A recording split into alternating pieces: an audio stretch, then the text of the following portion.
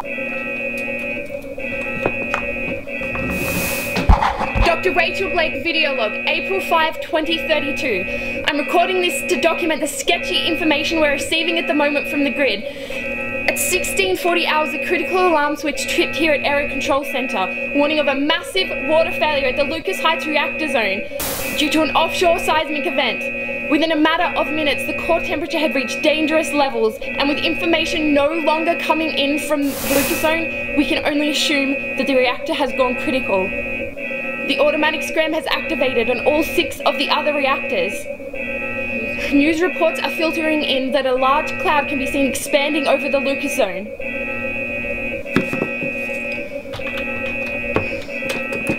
My God, what have we done? And I'm not sure if this will ever reach you, but I need to get out what I know now before. My only hope is that you've seen the news and you've started heading towards Uncle Ben's in Goulburn. Just whatever you do, don't stay in the city. Baby, I know your father and I haven't been around lately, but I need you to know that this work was so incredibly important to the country. It was our duty to be involved. I just wish things could have been different. Anyhow, what is more vital than anything right now is this information, the truth, gets into the right hands before it can be suppressed by the powers that be.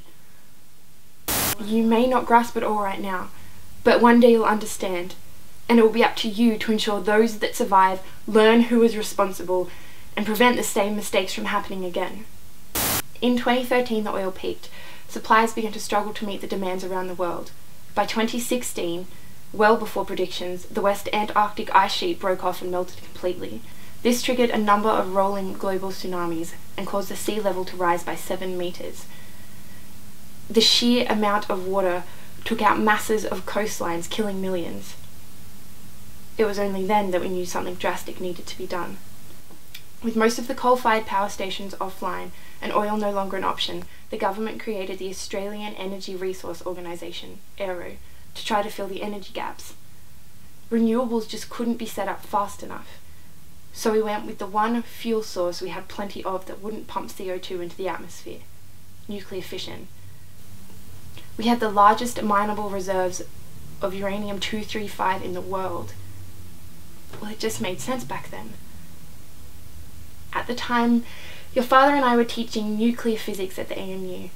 As the brightest mind in the country, your father was recruited by AERO to run the project, and he insisted that I run the National Operations Department alongside him. We planned for 7 reactors in total, but we needed a quick fix pronto. The only viable option was to transform a nuclear research plant in Lucas Heights just outside of Sydney. The plan was to retrofit it for full production, while we built the other 6. Lucas Heights was built in the 1950s and was never intended for full-scale energy production. But we were desperate. The retrofit was only designed to be a temporary measure until we had all 6 reactors online. We proceeded under the condition that it would be decommissioned and a new one built in its place once the grid was up. By 2025, Lucas was up and running fine. You were only about 4 at the time. The 6 other reactors in the interconnecting grid were in their final building phase. And finally, by 2029, everything went live. The power went back on for everybody. We were the envy of the world, power for all. Your father started lobbying for the decommissioning of Lucas right up until 2032. But for 3 solid years, profits got put before promises, and the decommissioning of Lucas kept getting postponed and postponed. It was only ever meant to be temporary. See, all new plants had a core catcher, installed as standard, a fail-safe containment bunker that the reactor core could drop down into in case of a meltdown. This prevented radiation spread and protected the people. However, because of the quick fix solution for Lucas Heights and the fact that it was already standing when we started work on it, no core catcher, no fail-safe. Of course, AERO never told the country this. Lucas Heights was fully safe with multiple backups. They lied. This is why it needed to be decommissioned and rebuilt. The powers that be obviously didn't consider the 7.4 earthquake that hit just off the coast of Wollongong when they kept taking their profits and postponing the build. Act of God, they called it. It was like the dying planet wanted revenge and knew exactly how to get it. In any case, Aero Protocol will be blame somebody or something else, bury the truth, and get busy resurrecting the other reactors. And you can't let this happen again. This is why I'm telling you all of this. You must get this data to anybody who can help spread the word. We can't let Aero get away with this. This was totally preventable and too many people have died already from their lies.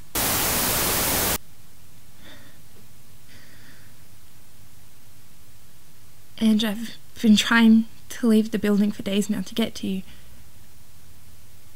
But the panic outside is incredible.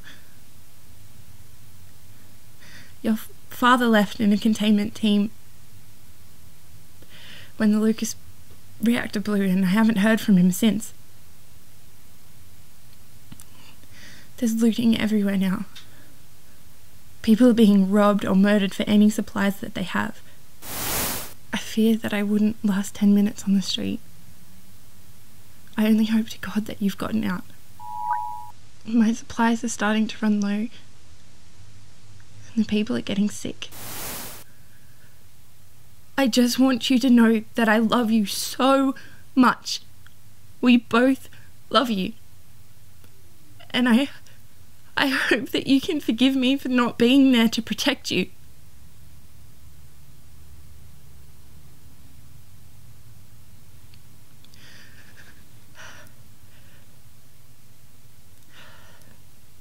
Just remember to keep this information safe, and I'll try to get to you if I can. Stay safe, my